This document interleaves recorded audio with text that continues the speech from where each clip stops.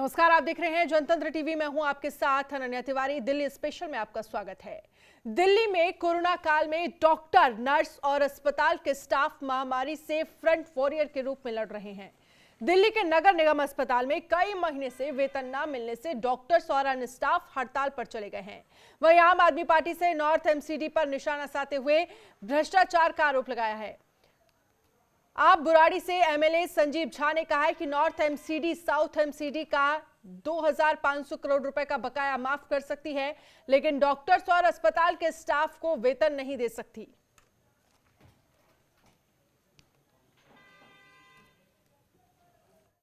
नहीं, देखिए, ये जो 2500 करोड़ का घोटाला निगम ने किया है, जो उत्तरी नगर निगम ने किया है, ये बहुत बड़ा घोटाला है। और ये पैसा किसका है? ये पैसा जनता का है, ये पैसा टैक्स का है, ये पैसा जो कर्मचारी जिनको सैलरी नहीं मिल रही है उनकी सैलरी का पैसा है। तो मुझे ये लगता है कि ये जो 2500 करोड़ का घोटाला है, ये आज तक के दिल्ली के इतिहास में सबसे बड़ा घोटाला है, या यूं कहें इसको कि ये कॉमनवेल्थ से भी बड़ा घोटाला है। और जब इस बात को लेकर हम लोग एलजी साहब से मिलना चाह रहे थे, गृह मंत्री अमित शाह जी से मिलना चाह रहे थे, तो उन्होंने मिलने से साफ मना कर दिया। तो मुझे ये लगता है कि इसका मतलब है कि इसमें अमित शाह जी अपने लोगों को बचाने की कोशिश कर रहे हैं, किसी तरह से इसका जांच न हो उसको रोकने की कोशिश कर रहे हैं। और वहीं इसी को लेकर आज दिल्ली पुलिस और आम आदमी पार्टी के बीच आज एक बार फिर से टकराव होता दिखा। दरअसल आज दिल्ली पुलिस ने गृह मंत्री अमित शाह के घर के बाहर प्रदर्शन करने जा रहे आम आदमी पार्टी के कई विधायकों को हिरासत में ले लिया। दिल्ली पुलिस ने शनिवार को आम आदमी पार्टी के विधायकों को गृह मंत्री अमित शाह के घर के बाहर प्रदर्शन की इजाजत नहीं दी थी। आम आदमी पार्टी ने ट्वीट कर दावा किया है कि दिल्ली पुलिस ने विधायक ऋतुराज राघव चड्ढा, कुलदीप कुमार और संजीव को गिरफ्तार कर लिया है। हालांकि दिल्ली पुलिस का कहना है कि इन विधायकों को हिरासत में लिया गया है। ये विधायक बिना इजाजत गृह मंत्री अमित शाह के घर के बाहर प्रदर्शन करने जा रहे थे। आम आदमी पार्टी ने ट्वीट कर कहा है कि वो बीजेपी की अगुवाई में चल रहे दिल्ली के नगर निगमों में 2457 करोड़ रुपए की गड़बड़ी के खिलाफ प्रदर्शन करने जा रहे थे। आम आदमी पार्टी ने गृह मंत्री अमित शाह पर बरसते हुए कहा है कि गृह मंत्री और उनकी पुलिस भले ही उन्हें जेल में डाल दे, लेकिन उनकी आवाज को दबा नहीं सकती है। आम आदमी पार्टी ने दावा किया है कि गृह मंत्री अमित शाह उनके विधायकों को आवाज उठाने नहीं दे रहे हैं। ग्रेटर कैलाश से आम आदमी पार्टी विधायक सौरभ भारद्वाज ने आरोप लगाया है कि दिल्ली पुलिस ने विधायक ऋतुराज को गिरफ्तार कर लिया है। आज उन्हें एलजी अनिल बैजल से मिलने जाना था। सौरभ भारद्वाज ने कहा है कि गृह मंत्री अमित शाह अब किसी को आवाज भी उठाने नहीं दे रहे हैं।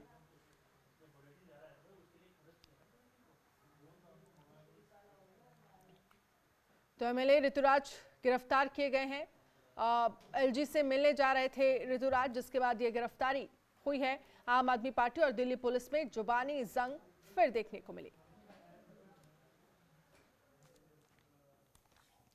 और वहीं बीजेपी से आम आदमी पार्टी में शामिल होने के बाद आप नेता रमेश अंबावता ने पहले जनसंवाद किया, जहां आप कार्यकर्ताओं ने उनका जोरदार स्वागत किया। जनसंवाद करते समय नेता रमेश अंबावता ने कहा है कि जो प्यार और सम्मान मुझे पहले मिलता था, आज भी वो मिल रहा है। आप पार्टी और मुख्यमंत्री केजरीवाल के विकास कार्यों को लोगों तक पहुंचाना है और पार्टी संगठन को मजबूत करना है। तो आप पार्टी में शामिल होने के बाद किया पहला जनसंवाद। भाजपा नेता ने थामा आम आदमी पार्टी का दामन, जिसके बाद उन्होंने कहा कि लोगों ने मेरा बहुत स्वागत किया।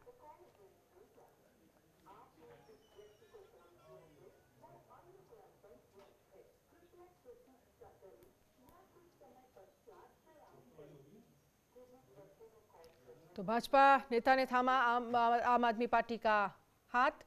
भाजपा नेता ने आम आदमी पार्टी का दामन थाम लिया है और आप पार्टी में शामिल होने के बाद पहला जनसंवाद किया।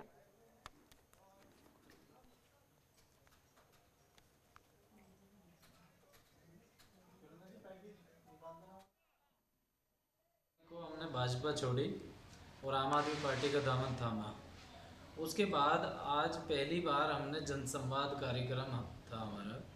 पहले सुबह 9 बजे से 11 बजे तक जौनापुर गांव में सैकड़ों की संख्या में बुजुर्ग, नौजवान साथी, माता, बहनें सभी का बहुत जनसमर्थन मिल रहा है। पहले की तरह ही जनसमर्थन अपार मिला सुबह मिला। उसके बाद सभी का आशीर्वाद मिला, बुजुर्गों का आशीर्वाद मिला, प्रेम मिला, स्नेह मिला, सभी का बहुत अच्छा समर्थन। और वहीं दिल्ली में कमर तोड़ने के लिए दिल्ली पुलिस संघन अभियान चला रही है। 1 जून 2020 से 30 नवंबर 2020 तक दर्ज किए गए 2040 आपराधिक मामलों में 2431 लोगों को गिरफ्तार किया गया है, जिनके पास से 1493 पिस्टल, 195 रिवॉल्वर सहित भारी मात्रा में कारतूस बरामद किए गए हैं। एक तरफ जहां राजधानी को सुरक्षित बनाने के लिए पुलिस अपराधियों के लिए पुलिस ताबड़तोड़ अभियान चला रही है, वहीं अवैध तरीके से जमा करके रखे गए अवैध गोला और बारूद को जब्त करने के लिए भी दिल्ली पुलिस दिन रात एक कर रही है। पुलिस की इस कार्रवाई में खुफिया विभाग, क्राइम ब्रांच और स्पेशल सेल की कई टीमों का गठन किया गया है। तो अपराधियों को पकड़ने के लिए यह अभियान चलाया जा रहा है। दिल्ली पुलिस की तरफ से पुलिस की कई टीमें इसको लेकर गठित की गई हैं। बदमाशों पर दिल्ली पुलिस की तरफ से यह अभियान चलाया जा रहा है, जिसमें बदमाशों को पकड़ा जा रहा है। और चलिए बात दिल्ली के सिंधु बॉर्डर की। सिंधु बॉर्डर पर सरकार और किसानों के बीच टकराव का आज 18वां दिन है। आंदोलनकारी किसान अपनी मांगों को लेकर दिल्ली के अन्य बॉर्डर पर सर्दी के बीच डटे हुए हैं। सिंधु बॉर्डर पर किसानों के लिए एलपीजी गैस की कमी के चलते स्टीमर से खाना बनाया जा रहा है। एक बार में करीब 1.5 क्विंटल सब्जी एक भट्टी में बनाई जा सकती है और करीब 3000 लोगों का खाना भी बनाया जा सकता है। साथ ही किसानों की मांग है कि सरकार किसानों के खिलाफ बनाए बिल को वापस ले, तभी आंदोलन खत्म हो सकता है। इसी को लेकर जनतंत्र टीवी की टीम ने सिंधु बॉर्डर पर स्टीमर से खाना बना रहे शख्स सुरजीत सिंह से बात की। उन्होंने क्या कुछ कहा, आइए आपको सुनाते हैं।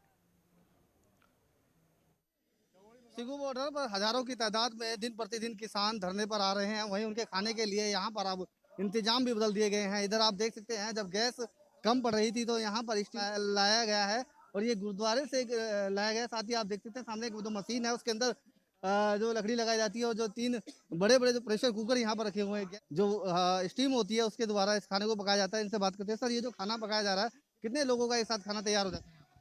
ये खाना जो है ना, आधे घंटे में कोई 2500-3000 हजार आदमी का खाना तैयार हो जाता है।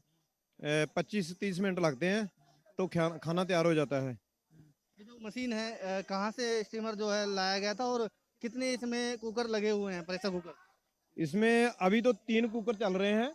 जगह कम होने का कारण एक कुकर और नहीं लग रहा, इसीलिए 3 कुकर चल रहे हैं, जिसमें दाल है, सब्जी है, चावल है बन रहे हैं। ये जो आग और पानी से स्टीम बनती है, स्टीम से सारा तैयार हो रहा है खाना।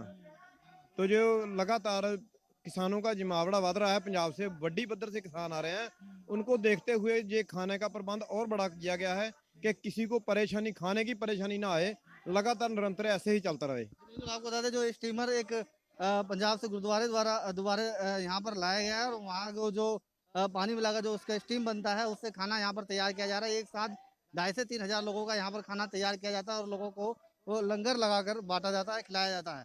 नसीब अहमद, जनतंत्र टीवी, दिल्ली। और वहीं प्रगतिशील समाजवादी पार्टी के राष्ट्रीय अध्यक्ष शिवपाल सिंह यादव ने कृषि कानूनों पर बोलते हुए कहा है कि केंद्र सरकार के ये तीनों कृषि कानून बेकार हैं, इनकी कोई जरूरत नहीं थी। हमारे पॉलिटिकल एडिटर अखिलेश मिश्र ने खास बातचीत की, क्या कुछ कहा सुनिए। देश भर के किसान धरने पे बैठे हुए हैं, आंदोलन कर रहे हैं, प्रदर्शन कर रहे हैं। हमारे साथ प्रगतिशील समाजवादी पार्टी के राष्ट्रीय अध्यक्ष शिवपाल सिंह यादव जी हैं। शिवपाल जी, जिस तरह से आपने देखा पूरे देश भर में किसान आंदोलन फैला है, आपको क्या लगता है कि सरकार गलत है या किसान गलत है, या दोनों लोग जिस तरह से अपनी मांगों पे अड़े हैं, कोई समाधान आपको दिखाई दे रहा है? देखिए, इस समय किसान बहुत दुखी हो चुका है और ऐसे ऐसे किसान विरोधी बिल पास हुए हैं जिससे किसानों को कोई फ़ायदा नहीं है। और जब किसान कोई लोकतंत्र में कोई बात है, आंदोलन, धरना, प्रदर्शन करने का तो अधिकार है, सबको अधिकार है अपनी बात करने का। तो देखिए, फिर बात सुनना चाहिए। केंद्र सरकार और किसानों के बीच में बातचीत चल रही है। जो 3 मांगों को लेकर किसान अड़े हुए हैं, आपको लगता है कि सरकार को पीछे हटना चाहिए? आपको क्या लगता है कि किसान भी कुछ ज़्यादा ही रवैया तो नहीं अपना लिए हैं? नहीं, देखिए, किसानों की बात मान लेना चाहिए। किसान तो कह रहे हैं कि पूरा बिल ही वापस ले लीजिए, और सरकार कह रही है कि जो आप संशोधन सुधारते हैं वो हम स्वीकार करते हैं। देखिए, ये कानून लाने की ज़रूरत नहीं थी किसानों पर, जब किसानों के लिए तो आप कर नहीं पा रहे। देखिए, गन्ने का मूल्य 4 साल में 1 रुपया बढ़ा नहीं, और समय से उसका भुगतान भी नहीं हो रहा है। 7 साल 2 साल गन्ने के मूल्य का भुगतान नहीं हो रहा है। तो जैसे शिवपाल यादव जी, जिनका कहना था कि जो बिल लाए गए हैं, जो सरकार ने कानून बनाए हैं, उसकी कोई आवश्यकता नहीं है, और सरकार को अभी भी किसानों की बातें मान लेनी चाहिए। अगर नहीं मानती है तो राजनीति में इसका बुरा असर होगा। कैमरामैन सेरा के साथ अखिलेश मिश्र, जनतंत्र टीवी, दिल्ली। कड़े कानूनों के बावजूद आए दिन अखबारों की सुर्खियां महिलाओं के साथ होने वाले अत्याचारों से भरी रहती हैं। अपराधी आए दिन नाबालिग बच्चियों से लेकर वृद्ध महिलाओं तक को अपना शिकार बनाते हैं, जिससे यह साफ जाहिर है कि इन अपराधियों में कानून का खौफ बिल्कुल नहीं है। ताजा मामला दिल्ली से सामने आया, जहां एक युवक नाबालिग को अपने साथ भगा ले गया, लेकिन दिल्ली पुलिस ने कैसे इस अपराधी को पकड़ा, ये काफी दिलचस्प है। ये रिपोर्ट देखिए।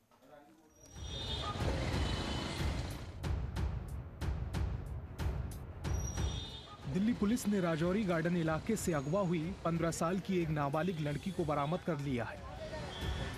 दिल्ली के राजौरी गार्डन थाने के 2 पुलिसकर्मी मेवात में 46 दिन तक स्थानीय लोगों की तरह हुलिया बनाकर रहते रहे, जिससे कि वो किडनैप की गई लड़की की छानबीन कर सके। आखिरकार पुलिस ने बच्ची को बदरपुर बॉर्डर के पास से बरामद कर लिया।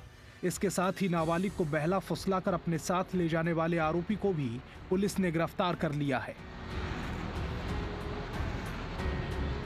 डीसीपी दीपक पुरोहित के मुताबिक शोएब ने एसके सिन्हा नाम से फेसबुक पर अपना प्रोफाइल बनाया था।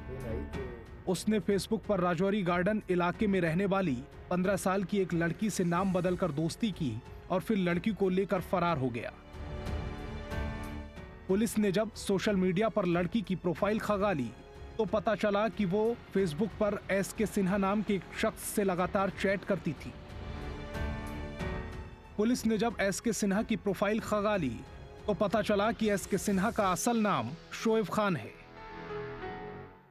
23 अक्टूबर 2020 को पुलिस स्टेशन राजौरी गार्डन में एक कंप्लेन आई कि एक 15 साल की लड़की को किसी अननोन आदमी ने किडनैप कर लिया है। इमीडिएटली पुलिस ने एफआईआर दर्ज करी। सेम डे हमने एक एफआईआर दर्ज करी, एफआईआर नंबर 893/20, और रजिस्टर करके हमने एसआई सब इंस्पेक्टर प्रकाश कश्यप को इसका इन्वेस्टिगेशन दिया गया। ड्यूरिंग इन्वेस्टिगेशन हमने जब social media profile of the victim को देखा तो पता चला उसको एक पर्टिकुलर फेसबुक अकाउंट से काफ़ी मैसेजेस आ रहे हैं। उसको आगे जब देखा गया तो वो अकाउंट शोएब खान चला रहे थे एक एलियस नेम में। हमने इमीडिएटली टीम्स बनाई और शोएब खान को ढूंढने के लिए मतलब मेवात एरिया में हमने रेड करी। शोएब खान के जो गिवन एड्रेस पे थे पता चला वहाँ पे वो नहीं है, वो पूरी फैमिली के साथ एब्सकॉन्ड कर रहा है। हमने हमारा हवलदार शौकत अली को डिप्यूट किया जो मेवाती बन के वहाँ पे इस पे इंफॉर्मेशन डेवलप करने लगा कि ये कहाँ पे है। फर्दर इन्वेस्टिगेशन डेवलप करने में हमारी अलर्टनेस और हार्ड वर्क और इंटेलिजेंस के थ्रू हमें पता चला कि शोएब खान जो है बदरपुर में किसी जगह आ रहा है। हमने इमीडिएटली वहाँ जाके 9 तारीख को, इस महीने की 9 तारीख को शोएब खान को पकड़ लिया।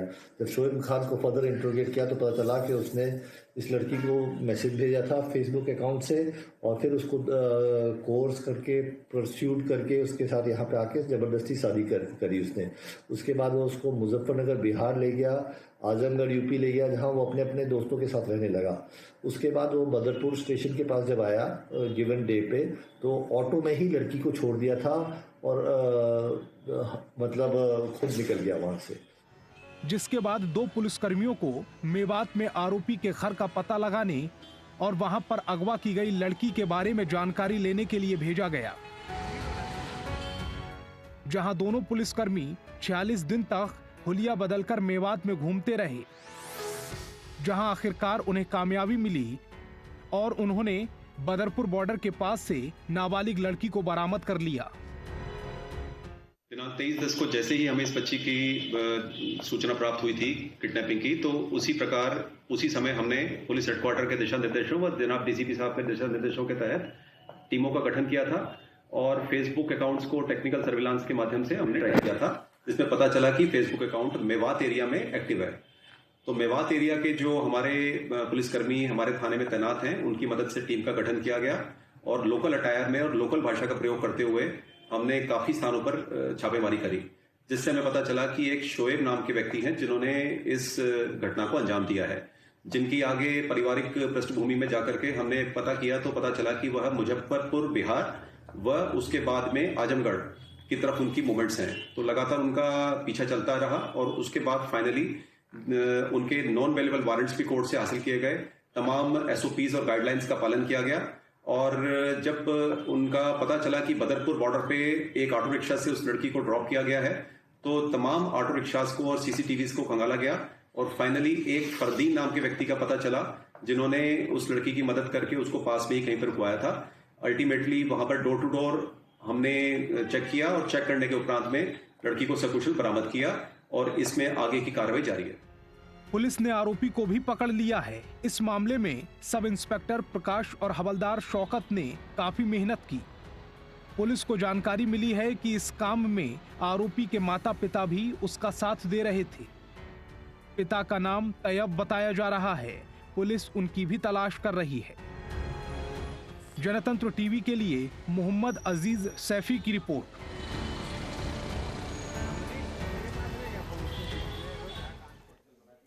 बुलेटिन में फिलहाल इतना ही। देश दुनिया की तमाम बड़ी खबरों के लिए आप देखते रहिए जनतंत्र टीवी।